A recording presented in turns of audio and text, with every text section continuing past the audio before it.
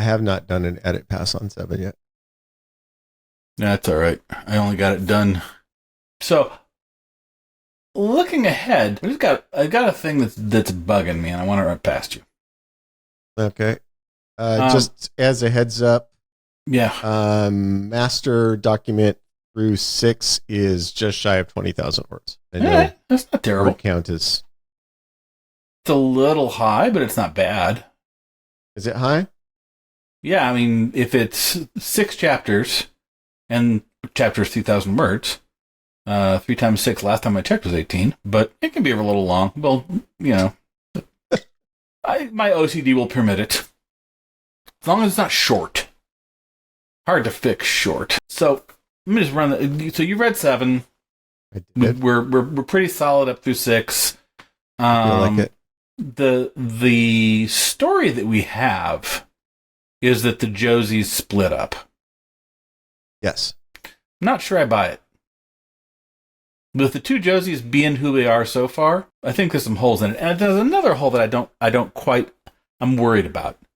Because we're going to the other Tim's house we're going to next? The one where... Yeah, I don't remember what you named him in 7 here. Gave him a name, though. Yeah. I think Timothy. Yeah. But... Oh, by the way, I have to change Hugo's last name. Whatever. Yeah, I think Sandoval got stuck in your head because I mentioned Hope Sandoval in an earlier chapter. I have no recollection of any of it, but feel free. Okay. Do what you see fit. I think Hope Sandoval and Hugo Sandoval in the same story is... It does sound like they're related. Yeah. Because we were saying that Josie had been dating Tim before, and that's why she goes to him now. Yeah. Why didn't she go to him earlier? She was hanging out in the bushes, hoping to jump her own self. The idea we talked about is that she and Tim had a very bad breakup. Do you buy it? That they had a bad breakup? If you're in Doc's situation, do you really not reach out to somebody? I mean, it seems like I think you don't reach out to somebody that you think the last time you talked to them, they wouldn't have pissed on you to put you out if you were on fire. I do buy. You try all of your other options first. So my concern is I feel like we're playing the same note more than once. Which is what? We're taking Doc, and Doc is out of possible plays. She's done. She's at the end of her rope, and she goes and grabs Josie. That's her final play is, okay, I'm gonna go to this version of myself. And then we get another final play, which is going to this other guy who we've never even talked about or met before. I'm not it's feeling weird. Okay. And the part where our Josies are they meet and they're kind of grinding on each other, but then I look at them at the end of 6, and I don't feel like these are two girls that are okay. So this one you're missing a big piece. Okay, the big piece here is that right after 8, or maybe not 8, but it's 9. It's where they meet with Farragut and Michael's in the room. Yeah, and Michael tries to kill them. Yeah, and Josie to get away has to hit him in the head with something heavy. Yeah, and run out of the room. That is her moment where she goes, no. This is okay. This only wins one of 2 ways. I'm dead or I'm in prison. Fuck this. I'm out. See, I feel like that's a tipping point. But we did that moment of, oh shit, I'm over my head with the car too. No, but that's very different.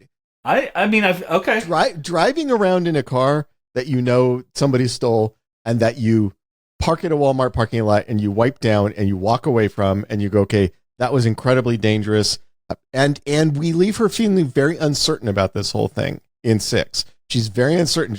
Should I be doing this? I think I'm doing something really stupid. She calls Chip and says, I think I'm about to do something really stupid. She's already on the edge, right? Of whether or not she's going to do it. When Michael pulls out a gun and tries to shoot her and she has to hit him over the head with something heavy and run out of the room, I don't think she suddenly turns into an action star. I don't think she suddenly turns into the main character in an action movie. I think she goes, nope, I was right. This is too stupid for me. This only ends one of two ways. And that is, and I think she can just say that to Doc. Say, this only ends, you don't understand. For me, this only ends one of two ways. Either one of these motherfuckers kills me, which they're apparently willing to do. Or if the thing other people do in this kind of situation, which is go to the police, if I do that, I go to prison. Yeah. So walk me through then one step further, because this is feeling bouncy to me. Because she's going to say, no, fuck it, I'm out. Yep. And then like a chapter or two later, she's going to be back in. Yeah. Well, we have to have something. So the piece that is not definitely true for her is that Doc is telling a true story. You don't feel like we've played that? I feel like we've gotten to a place where the audience believes it's a true story, right? Sure, but let me put it to this: if I came to you and I said, Daniel, I'm being chased by interdimensional demons, and I really need to talk to one of your old professors at UNM to resolve it, you would hear that. You would go, I don't think you are being chased by interdimensional demons. But, okay, I'll go to my old professor. You're going to look stupid, but that's a small price to pay, right? Like, I think you would go that far with me. If while we are there, somebody bursts into the room with a gun and tries to shoot us, I think at that point you'd be like, you know what, okay, I was willing to come so far on your crazy interdimensional demon story. I don't know if I'm willing to risk gunfire for that story. Okay, let me push the other direction here. If you are not you, but me, if you know details of my life I haven't told anybody, if you are telling a story about how the entire world is going to be destroyed, and I take you to see my old professor, and somebody comes in who is also apparently taking what you're saying very seriously, this is not an argument that you're lying to me. Even the guy with the gun is an argument that you're telling the truth. Because they think you're telling the truth. I suppose. I mean... But I don't... The emotional arc of this woman is... It's not feeling stable. It's the part of... she doesn't really believe it. I don't know why she doesn't really believe it at this point. Oh, I'm not really going to be I'm not really going to take care of this other version of me. I'm gonna ditch her, but I'm gonna be back in just a couple chapters. It just feels wrong. It feels wishy-washy to me. It feels like it's wobbling. This feels like it's wobbling. Does that make sense? I guess so. You're not seeing it though. You're not feeling that. No. I think you.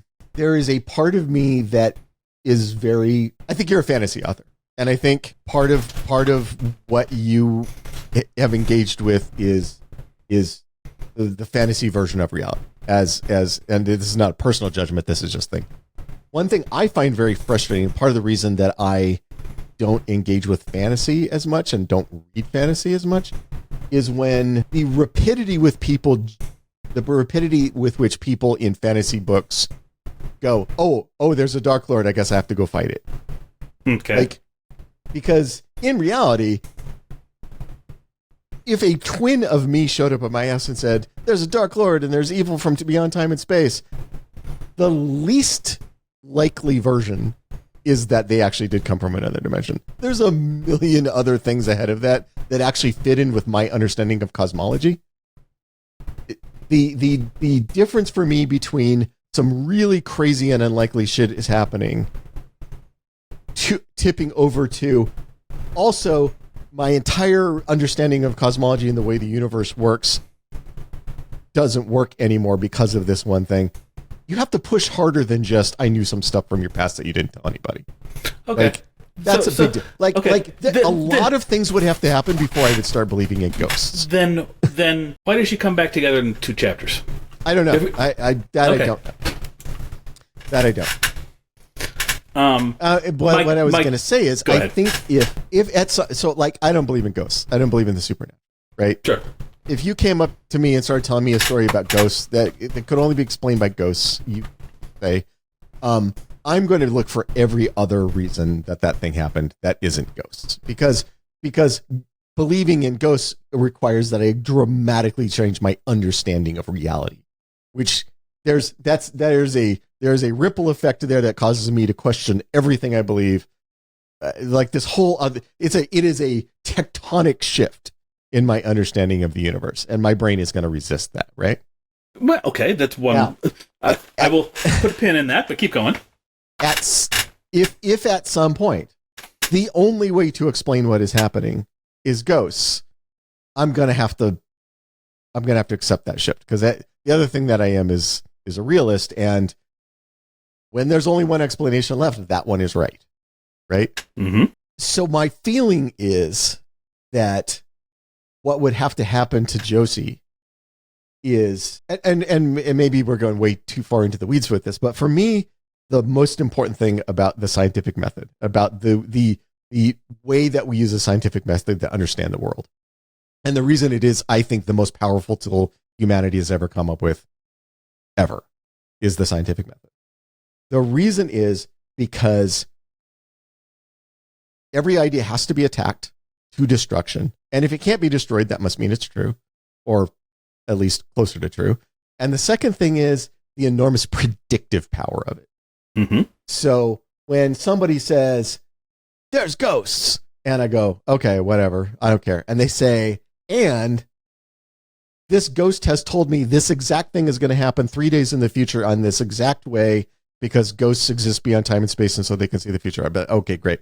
And then that exact thing happens. And I go, that's interesting. And then I go back to the person, can you do that again? And if they do it again, after a couple of times, I'm going to be like, I need to start maybe thinking, it becomes more true, because now we have the scientific piece of it, which is that it's falsifiable and it has predictive power.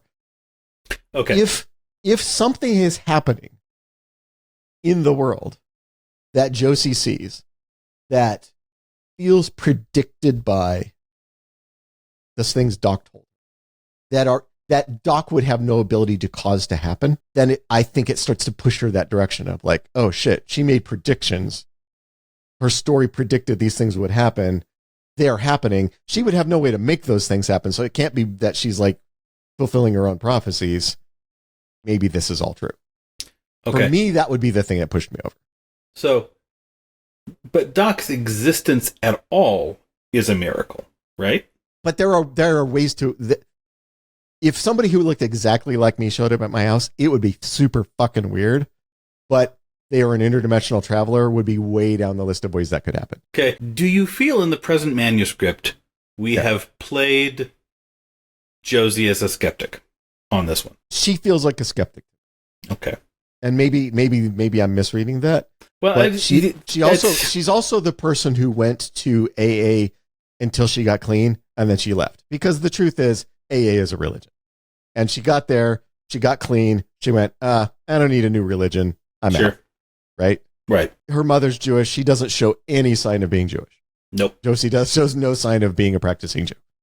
I think the Josie in my head is somebody who has seen all of the worst things that humanity does to itself and come out the other side of it with a sort of content nihilism, which is like, like it's really fucked up. I can't fix it, but I can at least take care of myself. I can carve out a little piece for myself and protect that little piece. That's the Josie in my head. And if you come to somebody like that and you go, huge, dramatic, world altering revelations, they're going to go, really? Or are you just high? Or, that yet I feel comes across as very skeptical to me in my head. I'm willing to keep running down this road if you're feeling. I think we need to talk it out. I don't think what has happened so far for the Josie in my head is enough to push her over into everything Doc told me is true. I think the Josie in my head needs one more thing to happen. Okay. And it's not the guy with the gun, because that's pushing her the other direction. It's not that other people are taking her seriously. That's pushing her in the other direction. Well, I don't know what the guy with the gun means. Well, what we know is they're in this meeting. Farragut's taking it seriously. Leo Cruz is taking it seriously. Leo Cruz is taking it seriously enough that when Doc starts talking about the page, talking about the mandala, Cruz's response is, "Oh yeah, shoot her." So whatever it is, Doc hit a nerve. Yeah. And dramatically, I'm a little nervous. Dramatically speaking. Okay. The response to that being peace out. So what I cannot see is the Josie we've built so far as hesitant to stick her neck out, as protective of her little world as she is, as skeptical as she is of other people's intentions and what everybody else is up to. I could see her going as far as she went. I could see her like, all right, I'll follow you this next little bit because admittedly this shit is weird and I don't have an explanation for it yet. So I'll go as far as like covering up one crime for you, which is where she wipes out down the car, right? I'll go that far, but she's already calling chips. She's already nervous. She's already like, I don't know, I'm going to do this thing. It's really stupid. She's already feeling that way. Then she goes into a meeting where she doesn't really understand what's happening. People are talking past her, right? She doesn't have any of the information to make that conversation make sense. And then somebody says, shoot them. And a guy pulls out a gun and tries to kill me. What I don't see our Josie doing is becoming an action star going, okay, now we have to defeat the evil. Like, that feels like such a leap. Okay. That's not what I'm arguing, though. I'm not saying, oh, well, now I'm Jack Reacher. I'm saying the part where they split up. Right. And especially in an outline where they split up literally for as long as is convenient for the author.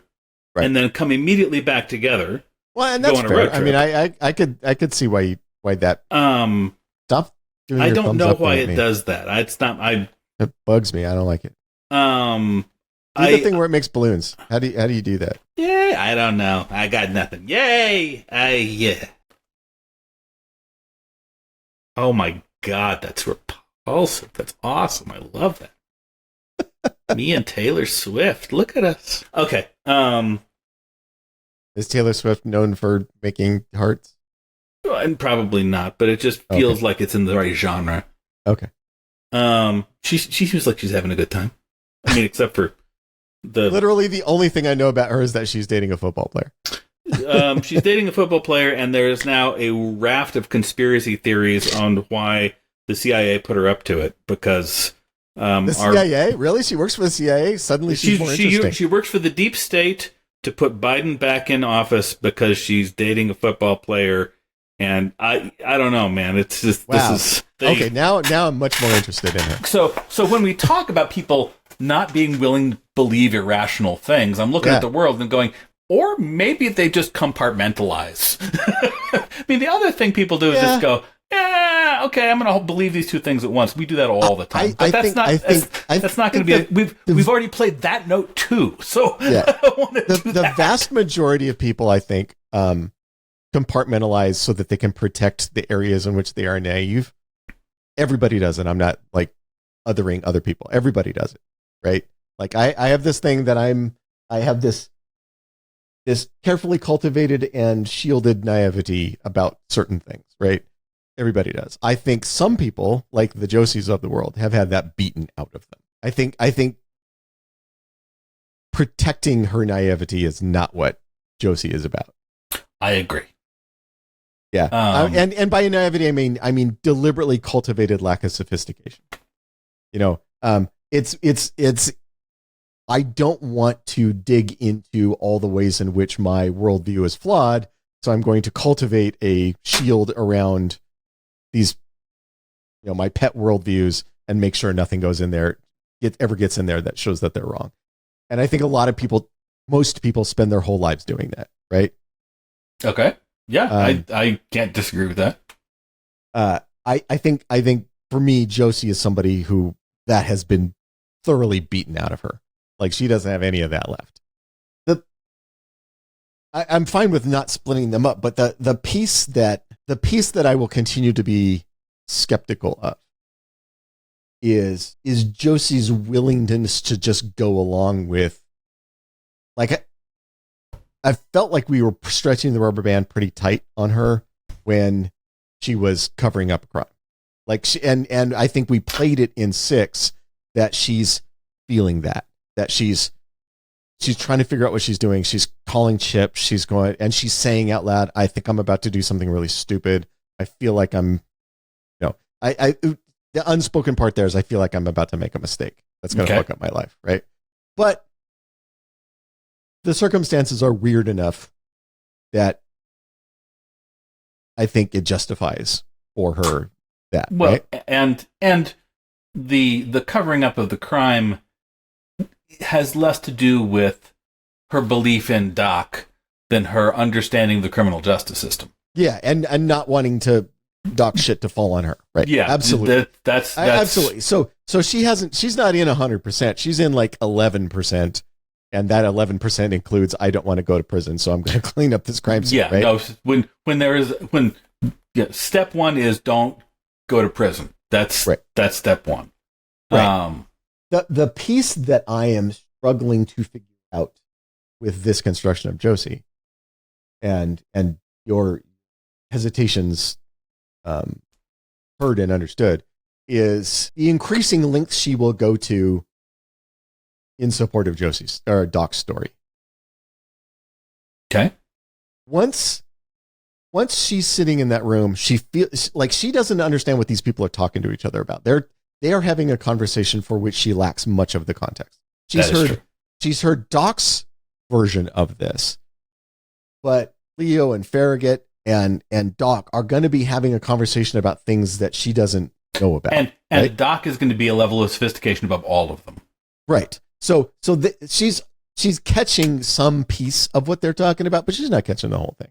Right. And then at some point, Doc mentions a thing that Josie's never heard of. Mm-hmm. And Leo's reaction to Doc mentioning that is to tell his thug, his hired gun, to shoot them both. Yes. Right? Which they barely escape.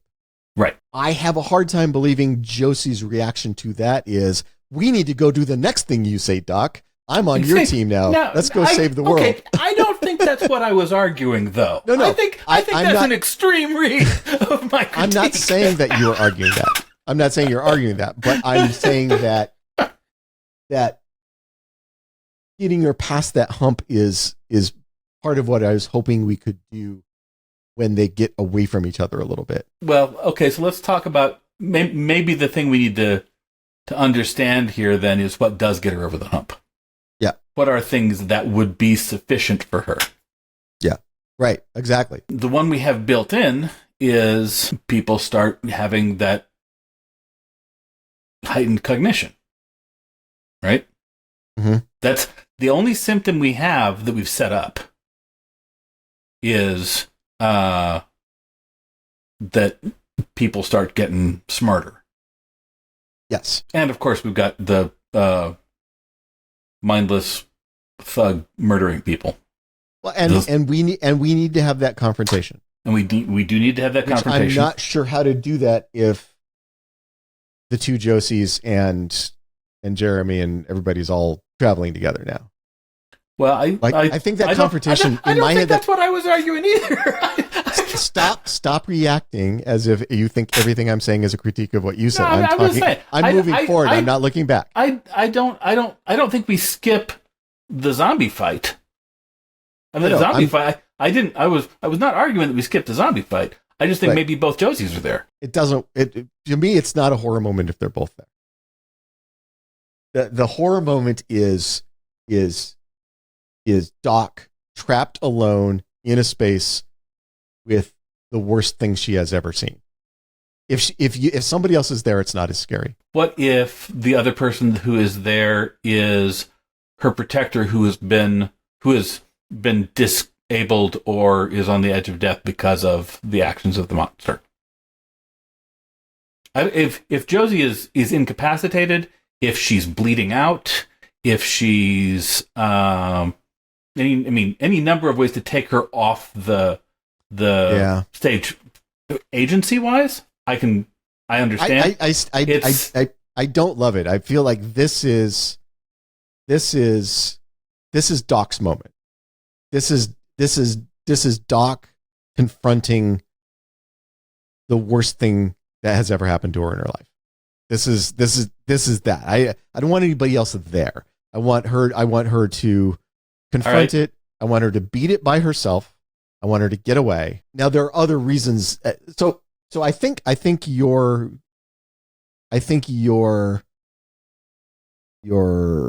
don't want to do is have them split up because Josie's like, you're crazy, I'm not going to hang out with you anymore, because that's the part that feels bouncy. But there are lots of other reasons for them to not be together.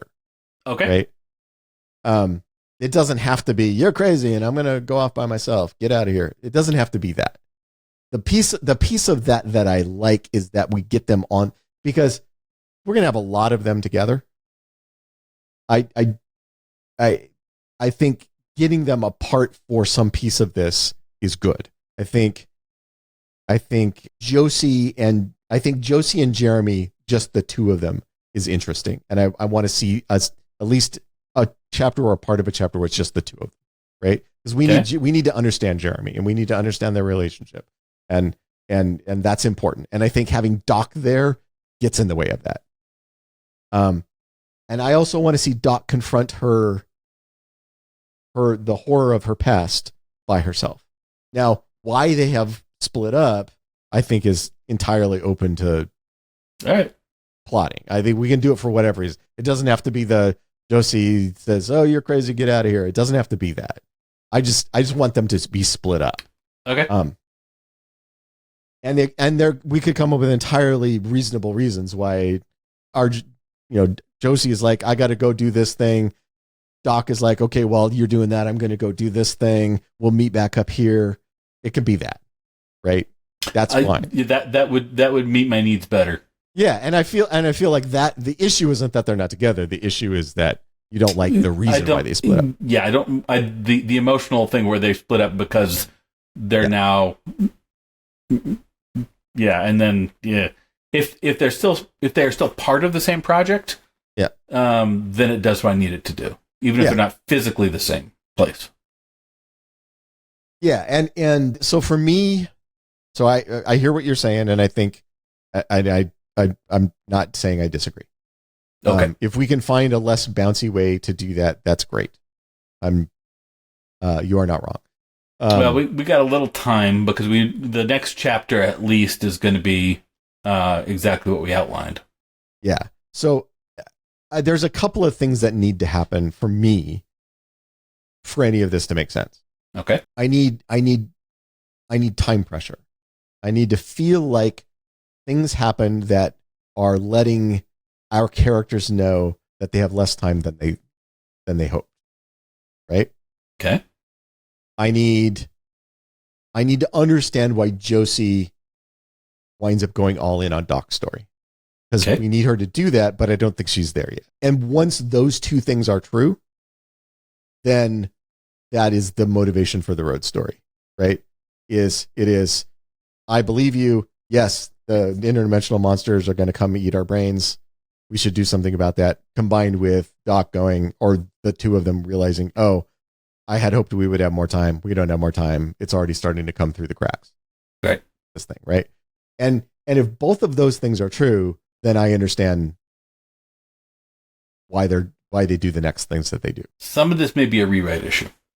I mean, some of this may be stuff we haven't actually done the foreshadowing that the way it would need to be done in the chapters up till now. Well, and I said that last week, that I feel like one of the things we need to do in the rewrite is sort of feather in some of this sense of impending Well, and Doom. the thing that I understand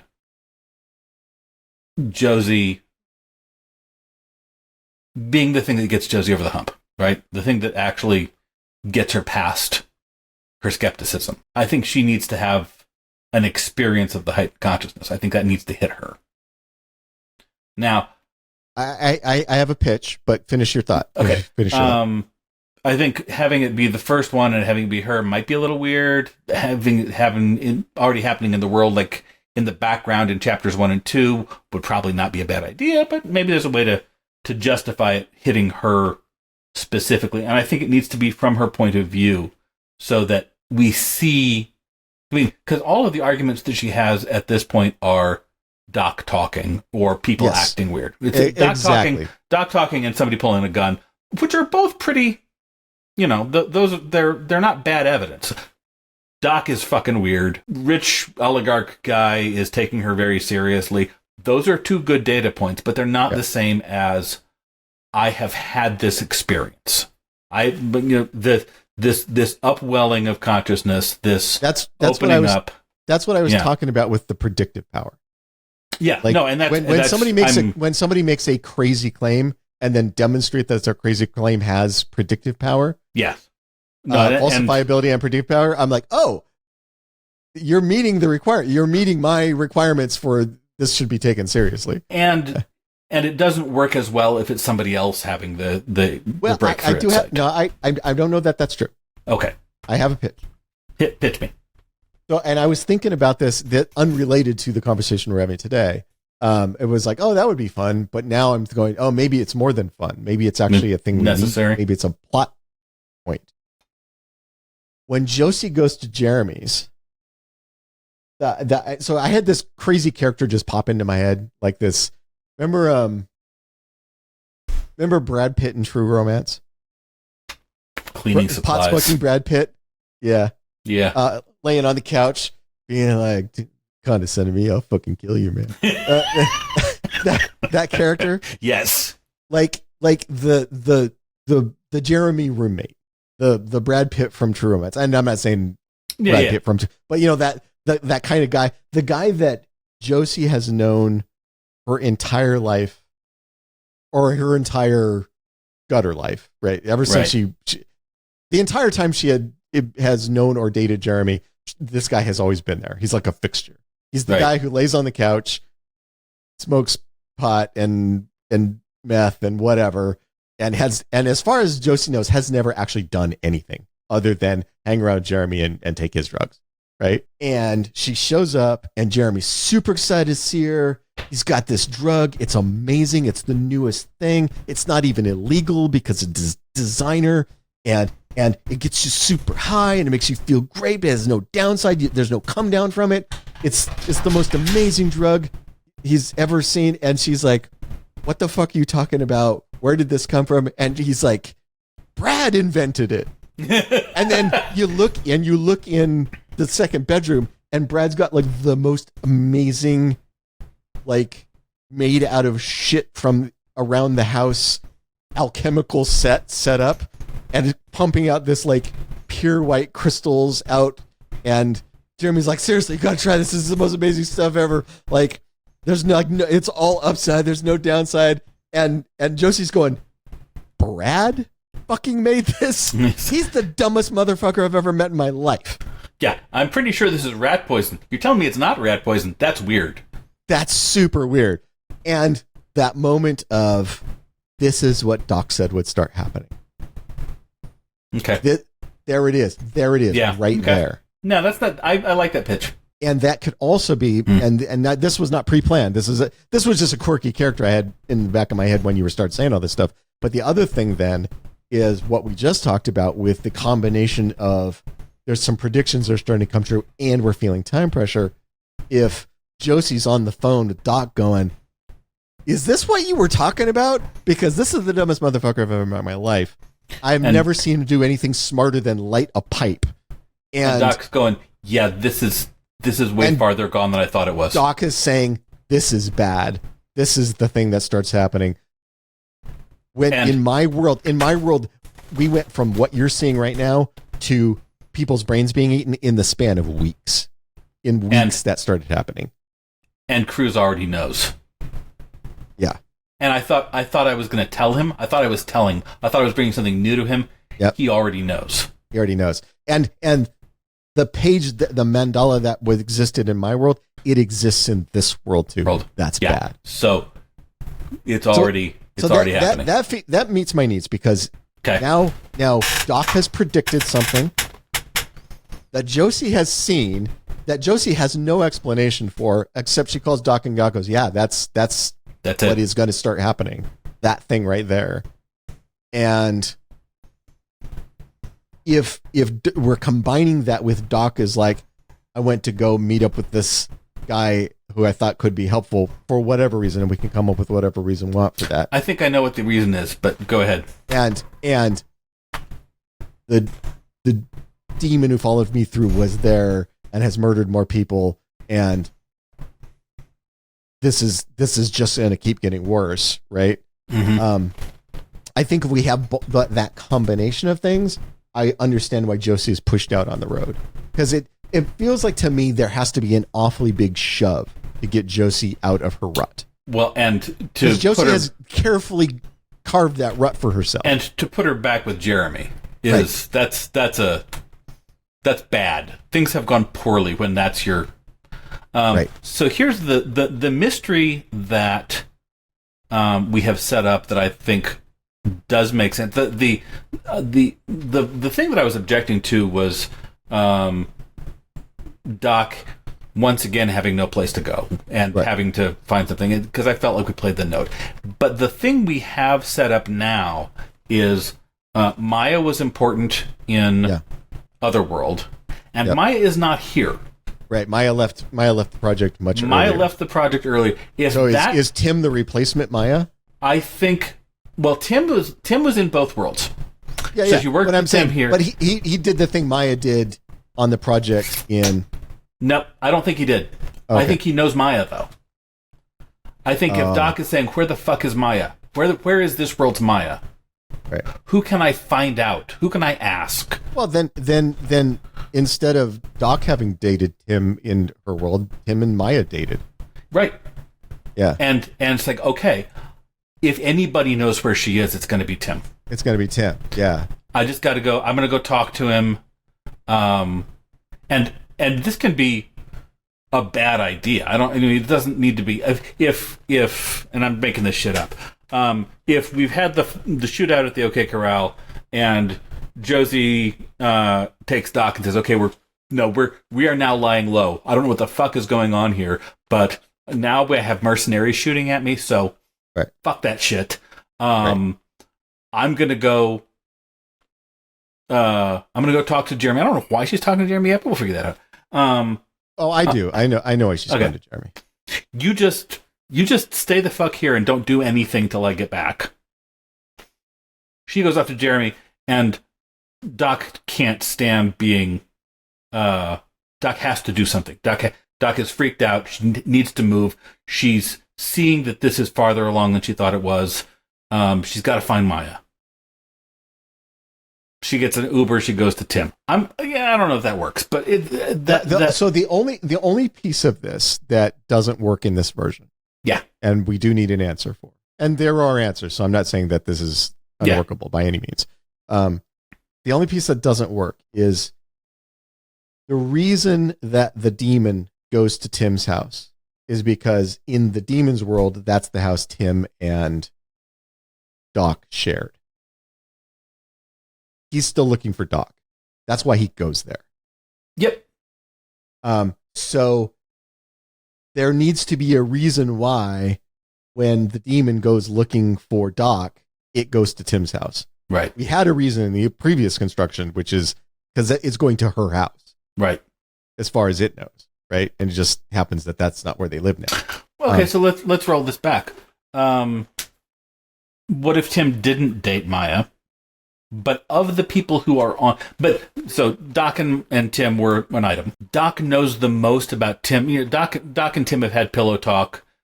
Doc knows a lot about Tim's past. if there's anybody else that Doc is going to be able to convince this is a real thing, he's the guy. I'm still not sure why she didn't go to him earlier.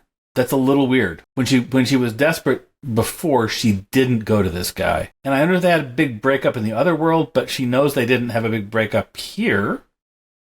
Because, well, I think there. So I think there are ways to feather that. I think there are ways to make that. So the thing that Doc, the divergence point that we can make use of is Doc knows that at some point before she had finished her dissertation, she got ahead. FB fell out of the project and never went back.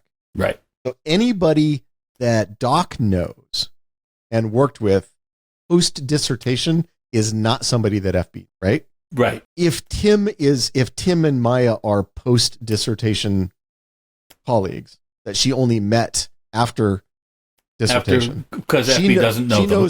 She knows that those people don't know her in this world, right? She knows that is true, right? So as long as Tim is post dissertation, post divergence, I understand why she didn't go there first, because it would just be some stranger showing up at your door. You'd be like, "Who the fuck are you?" Right? Got it. That makes sense to me. Now, the other thing that I was thinking is, while what Doc is doing is prestigious work, I am married to a PhD, and I know that most postdoc positions don't pay a lot of money. No, that's true. So I mean, Janae was looking at postdoc positions for a while, and I mean, it's enough to live on, but kind of barely. Like I see Katie Mack talking about it on online all the time. And Katie never had enough money to buy a house until she sold her first book. Yeah, it was the advance she got on her first book that let her buy a house. So and she's a well regarded she's astrophysicist, right? So yeah. So what I'm thinking is, and maybe we should, one of the things we might want to do is do a little document of parallel to Divergence and then what happened after Divergence, so that we can keep track of the two versions of Josie a little better. But in my mind, they go it together. FB, in the process of going through the dissertation process, which is incredibly stressful. You know, they call it fighting the snake for a reason. That's when she falls off the world and starts like, oh, I know what would help, like massive amounts of drugs. And Doc didn't do that. So that's their divergence. So then FB goes off to her life of crime and debauchery. Doc gets her PhD, does her postdoc at White Oak, goes to work for Farragut, meets Tim, meets Maya, that whole thing. So so they've already diverged at that point. If Tim and Maya were already dating, they're already a couple, and because they're three postdocs, they buy a house together or they move into a house together. No, so that's not bad. If it's just not romantic. They're roommates. Tim and Maya have the master bedroom on the second floor. Doc has the bedroom on the first floor. You know, it's that way they can afford it. That way they can afford it. Realism. Yeah, and so when the demon goes looking for Doc, it goes to the house that it remembers her living in. Yes, right?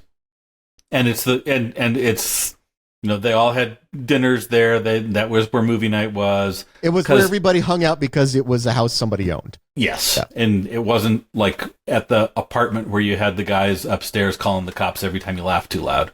Exactly. Yeah. Exactly. So it became sort of the team hangout was that house. Now, right? And Dave had a house, but he had a wife with a job. But Dave had a wife who had a job. Yeah. So that's why he had a house. And he also bought a house like 10 miles outside of town where land is cheaper. Yes. Okay. So all of that makes together. Yeah. That all makes sense to me. Okay. And what it does, and I'm picturing this house now, this sort of 2-story where, it almost feels like a, duplex, except we split it top and bottom. So, you know, Maya and Tim had basically the entire upper floor, and Doc had the lower floor, and Doc had like the half of the lower floor, and then there was some common space. And then there was the kitchen and stuff, right? Yeah. Okay. Because what that lets us do then is, because, you know, I'm a visual thinker and I'm thinking through what this looks like as a movie, is Doc comes in, she's looking for Tim and Maya because she wants to talk to Maya, right? And even if Maya's not with Tim anymore, Tim will know where she is. Tim's the best bet to find Maya. So she goes in there, her key works, right? Mm-hmm. She goes in, she's calling for Tim, she's calling for Maya, she can't find them. She goes, she hears the noise. She goes upstairs.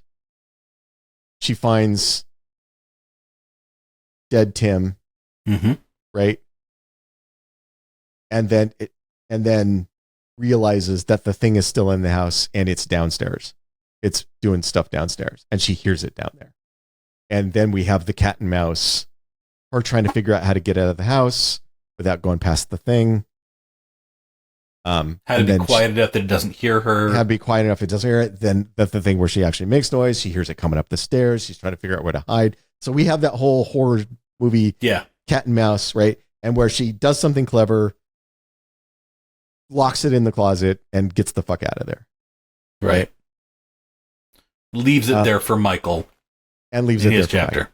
Right. And then we can have the call between FB and Doc, where Doc is like, the demon is still chasing me, the thing I told you about. And FB is going, hey, you know, I only kind of 30% believed you before, but I just saw this thing.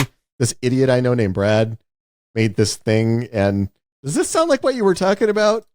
And Doc is going, you mean a drug that is amazing that everybody will want to take and has absolutely no downside, and that somebody built it out of vacuum cleaner parts in their spare bedroom? Yeah, that's pretty much exactly what I'm fucking talking about. Yeah, and and that's a sign of how far this has gone. Actually, this is way farther than I had hoped it would be. And yeah, and then we get the whole, you know, and Cruz knows. Cruz has already got his mandala. Yeah. We're fucked. Yeah. We're way behind. We're way behind. What? And then that's the end of Act 1. Yeah. Okay. Does that solve answers the story problem for you? That solves my story problems. It doesn't feel like it feels like our Josie is going through a progression instead of bouncing back and forth. Yeah. Okay. And for me, the reason for the split up was kind of a placeholder. It was just, I knew we needed to split them up, and I emotionally, for me, I need to understand why Josie goes on the road trip, and it needs to feel like a big push. It can't just be like, oh, you showed up, you told me there's a quest to find the sword that will kill the Dark Lord, so I guess I'm on that quest now. Like, that always drove me nuts in fantasy books, where it's like Gandalf shows up and says, you must take the ring to Mount Doom, and everybody's like, well, I guess we're doing that. And I'll be like, really? What if I just most bury people it? Be like, yeah, are you sure we have to do that? That sounds like a terrible idea. I have a well. We could just drop it down the well, fill it up. No one will know. Yeah. Right. Yeah. Well, and the trick that most fantasy books do, which Sword of Shannara did this, Lord of the Rings, this is the thing that pushes, Shay Omsford out of the Vale to go find the Sword of Shannara, is that a demon shows up and tries to kill him. And he's like, oh, Elanon must have been right. There really are demons, and I must find the sword to defeat the Dark Lord. I just need that. I just need the demon to show up. I need something where I understand why Josie leaves White Oak rather than hunkering down and. Well, yeah. No, and I feel like at the end of this, it'll be fairly justified. I think we're giving her enough evidence to make it not feel cheesy. Speaking of which, cheesy. One of the things I respect about your work in fantasy is you never, ever, ever do that version. You never do the Dark Lord has risen. You, the chosen one, must find the sword of evil defeating and come with me on a great quest. You never do that. And here's the reason. The reason why I never do that is I don't really have much use for the idea of a king. I mean, all of that. There's a Dark Lord. That's all very great chain of being shit. I don't find that interesting. I find that very suspicious. I really like the ones where it's like, banks are a lot of weird stuff going on with money. Let's talk about that. It's like, oh, here's the king. He didn't want to be here. He's not real good at it. That's much more interesting to me than there is a right king, and if you put him on the throne, the world regreens. That we've been doing that since the Middle Ages. I've never found it satisfying. Yeah. It's also why I'm not an authoritarian. Yeah, well, and that was I remember having that conversation with George Martin where he's talking about Lord of the Rings, and and there's no bigger fan of Lord of the Rings than George. Yep. So he's not bashing it, but he was like, the problem I always had with Lord of the Rings is you get to the end and you're like, well, what if Aragorn's a shitty king? Like, how do you know? How do you know he's a great king? You don't know. Like, was he good at killing orcs? Yes. Is killing orcs a transferable skill set to ruling a kingdom? I don't know how much. Only if what makes you a good king is your relationship to God. Right. I was talking to Kat about this and talking about she was talking the originalists piss her off and the whole, all men are created equal thing. And the way that we have interpreted that here in our term to be all people are created equal, everybody should have the same rights and la la la. Really, I think what they were talking about was none of us are kings. None of us are ordained by God. Right. Yes, we're all white male landowners, but we're equal because we're not ordained by God. Right. It was not a statement of radical equality so much as kind of a theological take, but okay. Well, I mean, and there's plenty of evidence that they didn't actually believe that all men were peers and equals. Oh no. Yes. No, only that they weren't. Only that the king wasn't special. That's all. Right. Noble blood. All it meant was noble blood.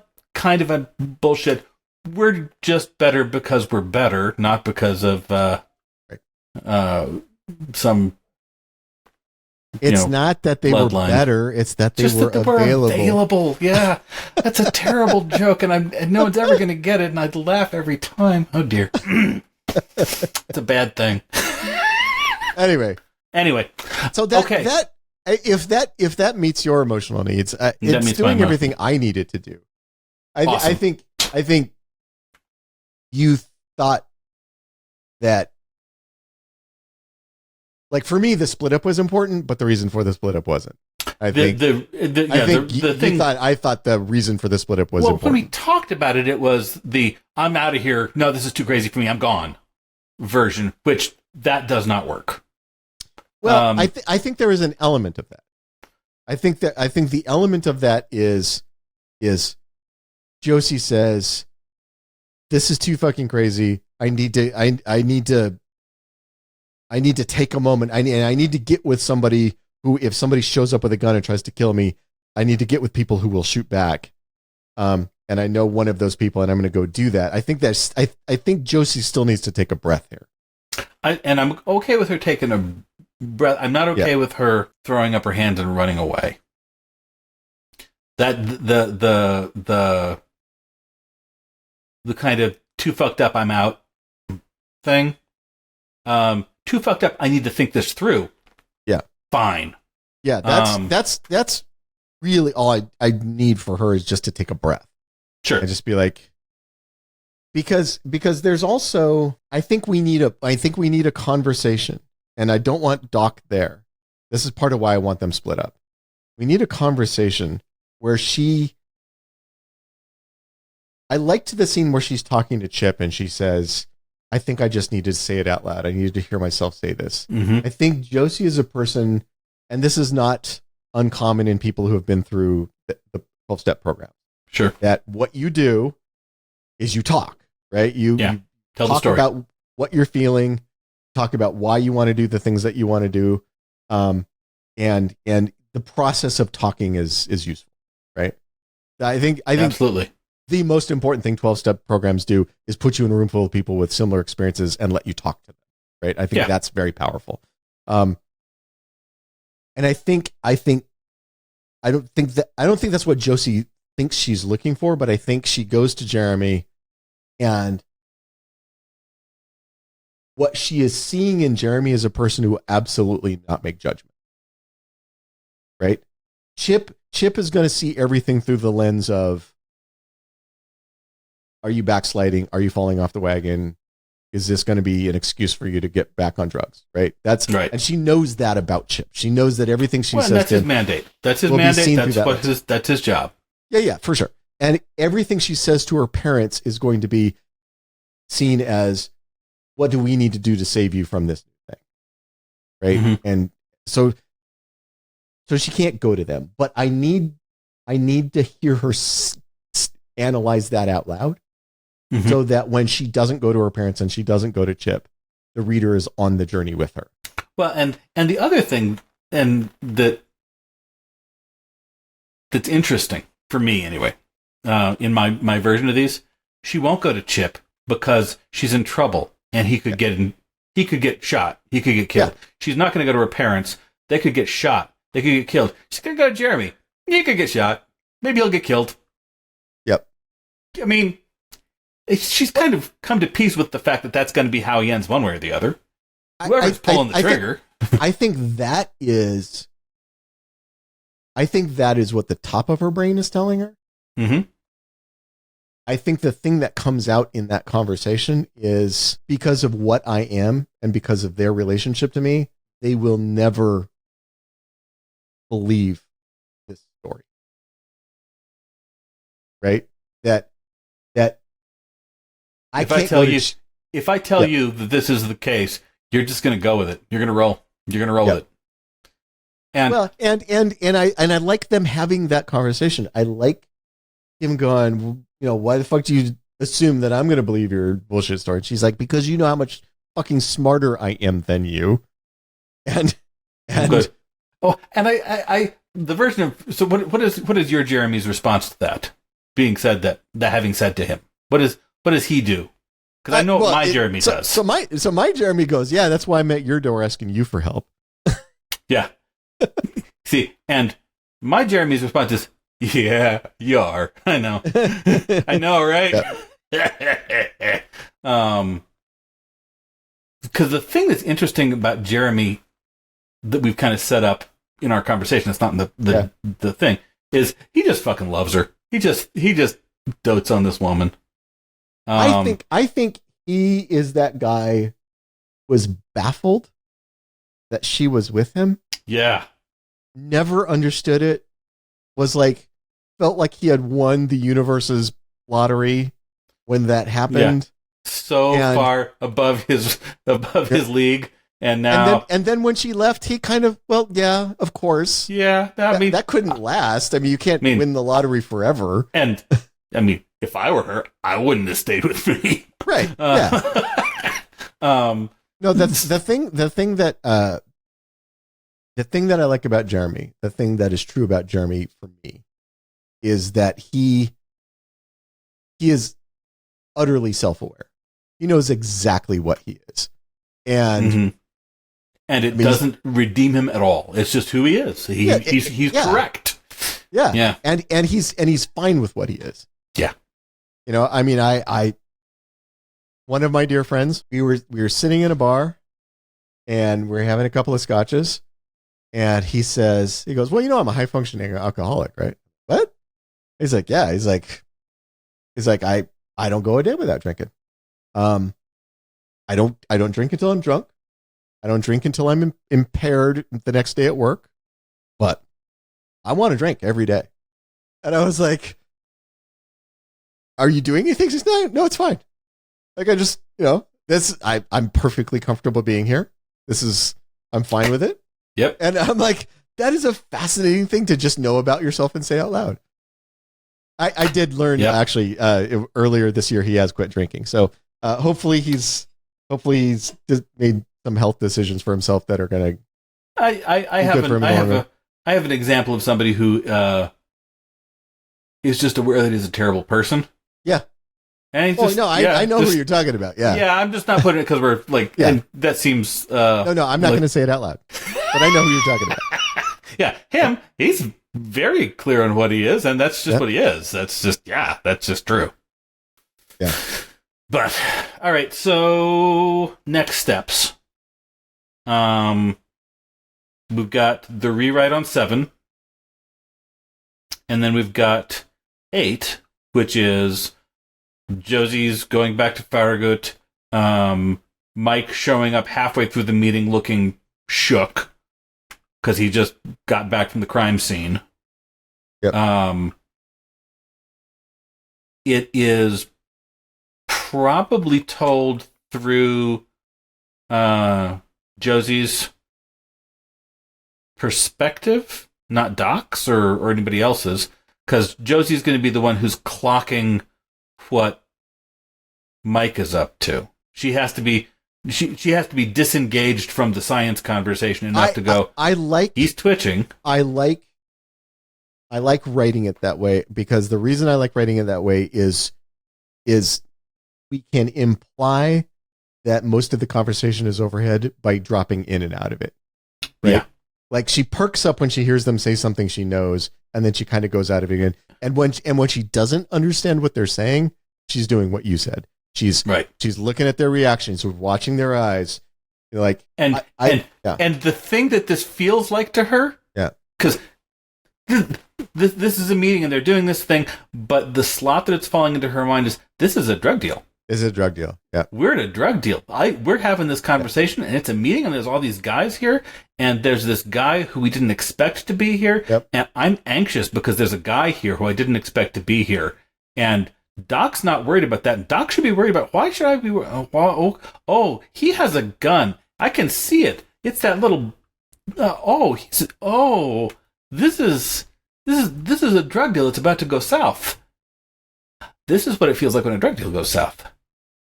Oh. Yeah. What can I use to... What do I need to do to get out of here? How do I get out of here alive when this goes bad? Yep. Because that's a nice argument for why Michael underestimates her. Well, the story about her is she's the one that fell out of the program because she was a drug addict. Right. He's seen where she works. He's seen her apartment. She's not the interesting one. Right. Yeah. The interesting one is the one who he needs to shoot first. Yeah. Yeah. When Doc says, I saw the paper, talks about the paper, whatever it is, and the boss says, shoot them both. Doc is the one who triggered that comment, so Doc gets shot first. Right. And Josie has that moment when she's not the center of Mike's focus, that she has like one beat to do a thing. Yep. And if she hadn't been already thinking about that for like the last half hour, it would have caught her by surprise, but it did not, because she was totally ready for this. She's already got she already has all of the adrenaline in her system. The adrenaline has been building up in her system for the last 20 minutes, and she's ready for that moment. And now they need to go someplace else where she can get a gun. Or be around people who have guns, and we'll use them to protect her. Yeah. So, how do we want to divide the actual rating on this one? I don't know. What is the next one? The next one is 8. It's Josie and Doc show up at Farragut's office. Then Mike shows up, and then there's a moment and they run. Because we got Mike. And then what's 9? I don't know exactly what 9 is yet. Okay. 9 is probably set up for dividing them, or I'm not sure exactly what 9, 10, and 11 and 12, but it feels like we're going to need to go to 12 to get through all of the stuff we've got. Yeah. Okay. So I did have one question on 7. Yeah. And it felt very deliberate, so I just wanted to make sure that I am doing the thing. So you switch so that Josie's driving the car.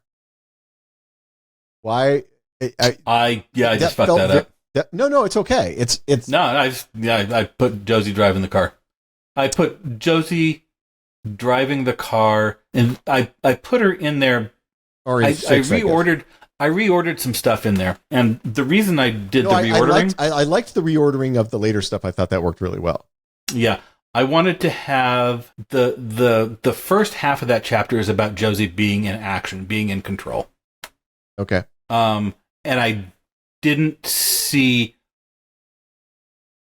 given the fear that she was having, given the reaction she was having to the story, given the reaction she was having to the fact that her fingerprints and DNA were now in a murder car, I didn't see her handing the keys to Doc and letting Doc drive. But she doesn't have the keys. So I see her taking the keys from Doc and driving. I don't see her in the passenger seat for that. It doesn't feel right. And it felt deliberate, so I just wanted to double check that with you. But it isn't her car when Doc brought. Yeah. And it is the murder car. Yes. So but being in the passenger seat is part of it. Is then she has to talk Doc into what the plan is instead of just driving to Walmart. Right. She has to sit there being a passenger instead of like leaning over, gripping the wheel. And she felt much more in a leaning over, gripping the wheel place. So yeah, I wouldn't say it was deliberate in that I didn't actually consider it at all, but it felt right to me. Yeah, no, it's fine. I think I just put in some little reminder that it is not her car. Sure. Well, and if you want to put in that, she got the keys from Doc, or no, we don't need to go that far back. I think starting in the car already driving is much better. And I just wanted to put a bunch of physical detail in that first section. Yeah. Which was the right thing. You know me, I always ignore detail.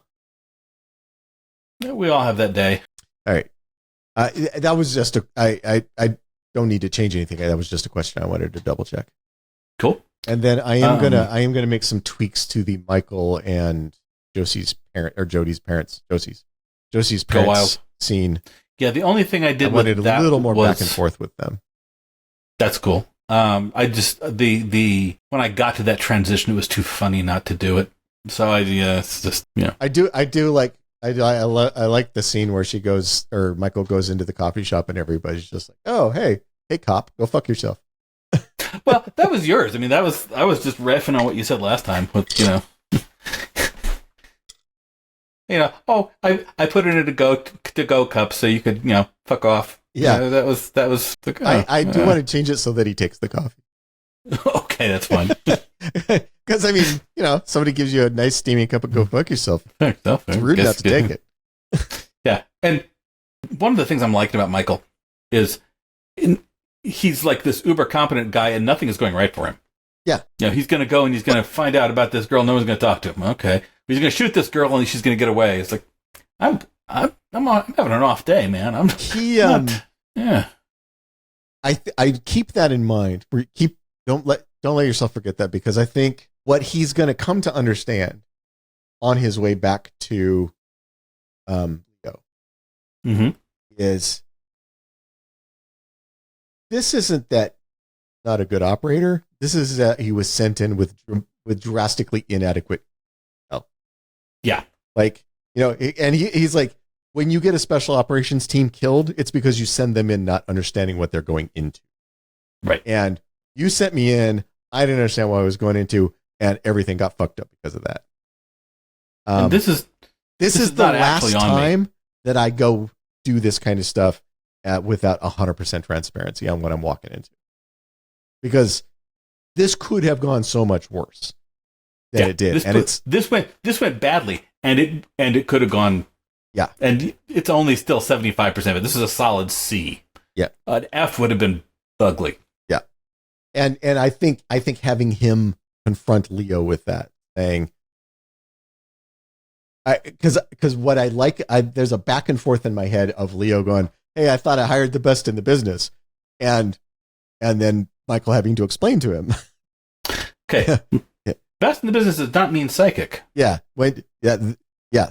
You know when those SEAL teams go and they try to capture somebody and they all wind up getting killed? Do you know why that happened?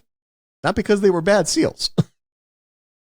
It was because they didn't understand what they were walking into. Somebody on the intel side had fucked them. That's what happens. And when we talk about fucking on the intel side, that's you. That's you. You are my intel side. Yeah. So this is the last time I walk into one of these, and you haven't been entirely straight with me. And that's actually a really lovely bit of tension between those two, given where we're taking Michael later on. Exactly. That's why that scene has been bouncing around in my head between the two of them. So, I'm hearing you say you're taking 8, or am I taking 8? Am I taking 8? Either way is fine. So that is confrontation with Farragut and Michael's. Yes, and it's done from. So I would be happy to write 8, except my only hesitation on writing 8 is that a bunch of it is going to be over FB's head science talk, and you are nailing that, and I do not have that pattern down. I don't have that pattern down. Now I can write 8, but it's just going to be a bunch of placeholders for that stuff. I am happy doing 8 if you want to, because when it gets to the horror movie thing, that's going to be you. When it gets to Jeremy, it sounds like you've got a good handle on that. So why don't I take 8? Why don't I do that? Why don't you take 8, and then, because 8 is going to end with Josie saying, "Let's get the fuck out of here. I know where to go." Right? Yeah. And then, or grabbing Doc by the hand and yanking her out, and hopping on the scooter and taking off at full speed. Right? And I think it's going to be, I don't know, where can we go? It's like, fuck, I know a guy. Yeah, I know a guy. Okay. If you can get it to that point, because then there's a part of me that wants to write the next chapter from Jeremy's POV. Oh, yeah. No, absolutely. With the knock on the door, opening the door. Not only is the love of his life standing on his doorstep, but she's got a fucking twin. It's like, you didn't tell this could be great. Yeah. Oh, Christmas comes early for Jeremy. Yeah. No. Yeah. I think that makes the most sense. And then seeing panicky Josie from the outside. Yeah. And Jeremy thinking, like, even when the absolute worst shit was happening to them when they were together, she never panicked. Yeah. Well, and we put the bad time in. We put that was your chapter. Even when Lisa died, she didn't panic. She didn't panic. Right? Right. In fact, when everybody else, because Jeremy can be remembering that, because we talked about that. Everybody else in the house bolted. She just sat on the floor, holding Lisa in her lap, waiting for the cops to arrive. Yep. She was sad. She was broken, but she was panicking. She wasn't panicking. Everybody else ran out of the house and ran for the hills. Yeah. Yeah. All right. I will cue that up for you. Okay. And then you can take the Jeremy chapter after that. Yeah, I have a good picture of Jeremy in my head, so. But wait until I get 8 to you, in case there's something that happens and that you need to follow up on. Yeah, and I need to do a revision pass on 7 anyway, so I got stuff to do. Awesome. Sounds good. All right. It'll be a book. We'll get there. Yeah, and by the way, I think you thought I was being more resistant to your note than I actually was. I don't think you're wrong at all about any of that. I didn't want to gut what I thought were 2 really important scenes where they're separated. Well, and I hear you when you say you don't want it to turn into an action. To turn this the Yeah. The quest for the Sword of Shannara. Totally get that. And that was not what I was trying to say. No, I know. I get it. I just wanted I don't think your note was wrong. I wasn't resistant to that. If we can write a version of this where people aren't emotionally bouncing all over the place and where there is, it's going to be better. It'll be better. I absolutely agree. So I think you're done now. I'll revise 7. I'll tack it onto the master document and send that over to you. So that's going to put us up at like 22,000 words, somewhere in there. Well, it'll be 25 by the time you put 8 on it. So yeah. So that's at least a quarter of the way through. Yeah. I told you I thought the book might be a little longer than you were guessing.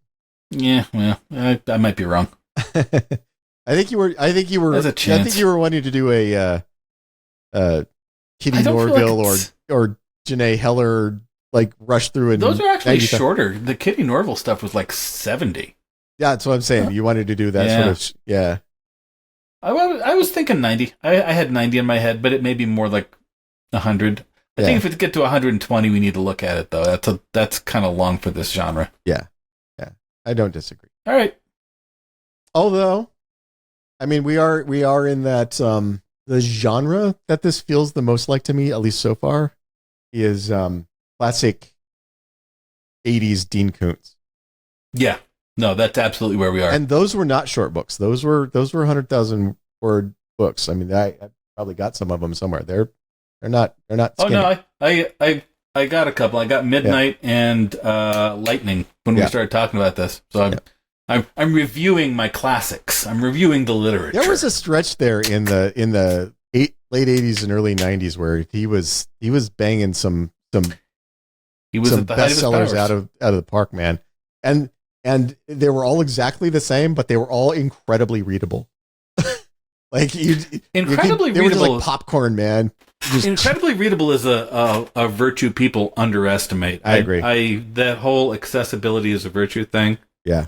I know that being an easy read is somehow, I don't know, unmanly or unsophisticated or something, but it's fucking hard to do. It doesn't give English professors anything to do. Yeah, well, hey, people have to justify their MFAs somehow. I don't even think it's that. I think it's some kind of twisted mating effort thing. I'm gonna go all Evo Psych on it or something. I got nothing. I don't know. I like things that are fun to read. Well, they're hard to write. They're my fun friend to read. with the MFA from Occidental writes incredibly easy to read urban fantasy and sci-fi stories. So those two things, those Venn diagrams, those circles can overlap. Yep, but you got to intend it. Yeah. All right. Is that it? On to the next thing.